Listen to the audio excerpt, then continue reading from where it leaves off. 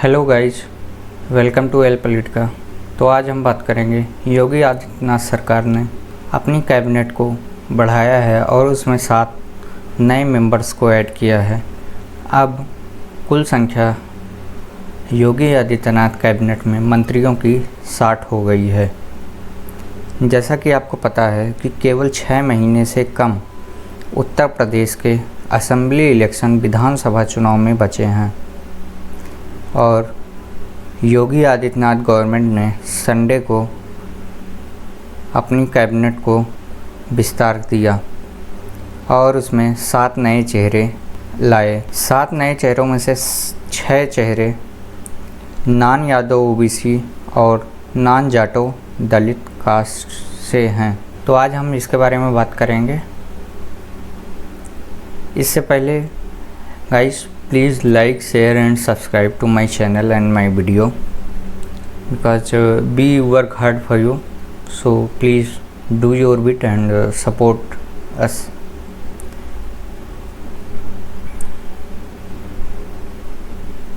So जैसा कि आप देख सकते हैं कि ये यूपी गवर्नमेंट की कैबिनेट के नए 6 मेंबर हैं। इनमें से जितिन प्रसाद एक ब्राह्मण लीडर हैं। ये उत्तर प्रदेश की धौरहरा सीट से सांसद रह चुके हैं और 2014 और 2019 के लोकसभा चुनाव हार चुके हैं। उससे पहले ये कांग्रेस में सेंट्रल मिनिस्टर थे। जैसा कि आपको पता होगा कि उत्तर प्रदेश में हवा चल रही है कि ब्राह्मण कास्ट बीजेपी से नाराज़ है, तो उस भाव को काटने के लिए और ब्राह्मणों में अपनी पैठ बनाने के लिए जितिन प्रसाद को कैबिनेट मिनिस्टर बनाया गया है। इन 7 कैबिनेट मिनिस्टर्स को गवर्नर आनंदीबेन पटेल ने शपथ दिलाई। 7 में से 3 ओबीसी से हैं और 3 दलित कम्युनिटी से हैं और एक एसटी कम्युनिटी से भी है। अफवाह उड़ रही थी और अंदर खाने बात चल रही थी कि संजय निषाद, जो निषाद पार्टी के प्रेसिडेंट हैं, बीजेपी के साथी हैं, उनको कैबिनेट में जगह दी जाएगी, लेकिन ऐसा नहीं हुआ। जितिन प्रसाद, जो कि इकलौते कैबिनेट मिनिस्टर बने हैं, वह लोकसभा इलेक्शन धौरहरा सीट से 2009 में जीते थे, लेकिन 2014 और 2019 मोदी सुनामी में हार गए थे और 2014 में चौथे स्थान पर थे और 2019 में तीसरे स्थान पर थे।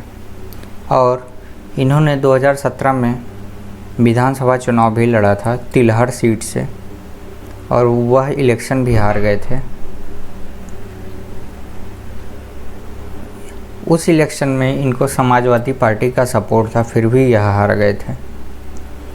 लेकिन अब जैसा कि बीजेपी को ब्राह्मणों को खुश करने की पूरी कोशिश कर रही है, तो उस कवायद में जितिन प्रसाद को लाया गया है। जैसा कि आपको पता होगा कि यह योगी कैबिनेट का दूसरा विस्तार है। पहली कैबिनेट विस्तार में जो अगस्त 2019 में हुई थी, उसमें अपर कास्ट और ओबीसी लीडर्स का और उन लीडर्स का जिनका बैकग्राउंड आरएसएस का था, उनको जगह दी गई थी। उस समय 23 नए मिनिस्टर्स में से 11 अपर कास्ट से थे, 9 ओबीसी थे और 3 दलित थे। इस कैबिनेट विस्तार पर योगी आदित्यनाथ ने कहा है कि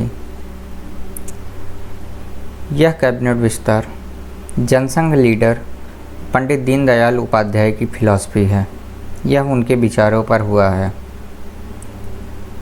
योगी आदित्यनाथ ने कहा कि आज का यह कैबिनेट एक्सपेंशन सभी जाति, धर्म, सोशल बैलेंस और एक समाज में पीस, शांति और भाईचारा बढ़ाने के लिए है। अब बात करते हैं कि इस कैबिनेट में किसका ज़्यादा बोलबाला है। तो जैसा कि आप जानते हैं कि नॉन जाटव और नॉन यादव, ओबीसी और एससी, इन पर ज़्यादा फोकस है। अब बात करते हैं कि जो नए कैबिनेट मिनिस्टर्स बने हैं, जो नए मिनिस्टर्स को शपथ दिलाई गई है, छत्रपाल सिंह गंगवार ये एमएलए हैं बहेरी सीट से, बरेली डिस्ट्रिक्ट के, और यह कुर्मी कास्ट से बिलोंग करते हैं और यह पारंपरिक रूप से खेती से जुड़े हैं। गंगवार का आरएसएस बैकग्राउंड है और सन 1980 से यह विभिन्न डिस्ट्रिक्ट में काफ़ी दूसरे पोजीशन पर रहे हैं। संगीता बलवंत एक एमएलए हैं गाजीपुर से। यह एक बिंद कम्युनिटी है जो ओबीसी के अंदर आती है और यह नदी के किनारे रहने वाली बैकवर्ड कम्युनिटी है। इन्होंने डिस्ट्रिक्ट मंत्री की पोस्ट को सन 2016 में पाया था और सन 2017 में विधानसभा चुनाव में पहली बार यह विधायक बनी थी। धर्मवीर सिंह प्रजापति एक ओबीसी एमएलए हैं आगरा से। इन्होंने भी शपथ लिया। जो 3 दलित मिनिस्टर्स बने हैं उनमें 2 खटिक कम्युनिटी से बिलोंग करते हैं। यह एक एससी कास्ट है, शेड्यूल कास्ट।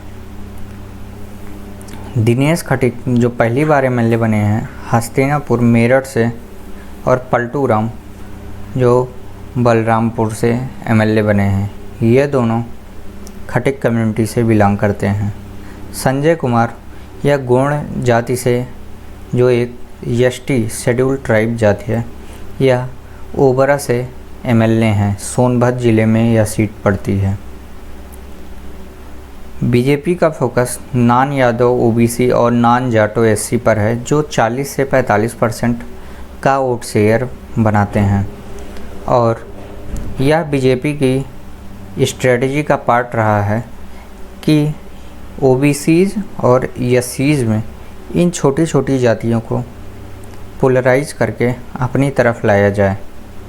और जैसा कि आप जानते हैं अखिलेश यादव तो ओबीसी में सिर्फ यादव उनके पास रहें, बाकी जातियां बीजेपी के पास आ जाएं, और बीएसपी मायावती जाटो कम्युनिटी से आती हैं तो दलित कम्युनिटी में सिर्फ जाटो उनके पास रहें और दलित में बाकी कास्ट बीजेपी के पास आ जाएं।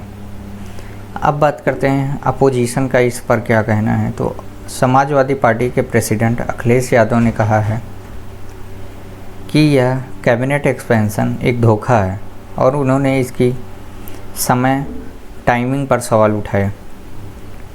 उन्होंने कहा कि बीजेपी वाले ड्रामा कर रहे हैं और कहा कि 4 और आधे साल, 4.5 साल तक इनको इन वंचित तबकों की याद नहीं आई।